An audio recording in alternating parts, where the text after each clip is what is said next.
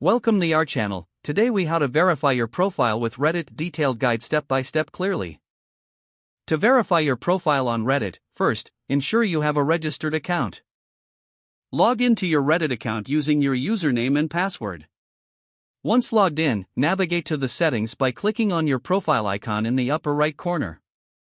From the drop-down menu, select User Settings. In the Settings menu, scroll down until you find the Account section. Look for the option labeled Verify My Account or Account Verification.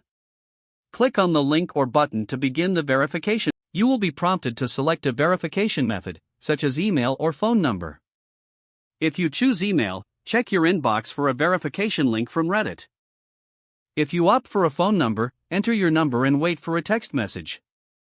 Follow the instructions in the email or the message to complete the verification. After clicking the link or entering the code, your account will be confirmed. Once verified, you will see a notification indicating that your profile is now confirmed. This verification enhances your credibility on the platform. You can now enjoy all the benefits of a verified account on Reddit. If the page does not load, refresh the browser or try again in a private or incognito window. Make sure you are using the correct email address, then retype it carefully to avoid small typos. If your password is not accepted, use the reset option and create a new strong password you can remember. Check your spam folder for verification or security emails, then complete any requested confirmation steps. Enable two-factor authentication if available to improve account security and reduce unauthorized access risk. After signing in, review your profile details so your contact information and settings are accurate and current. If you see an error message, note it down and try again after restarting your device and internet connection.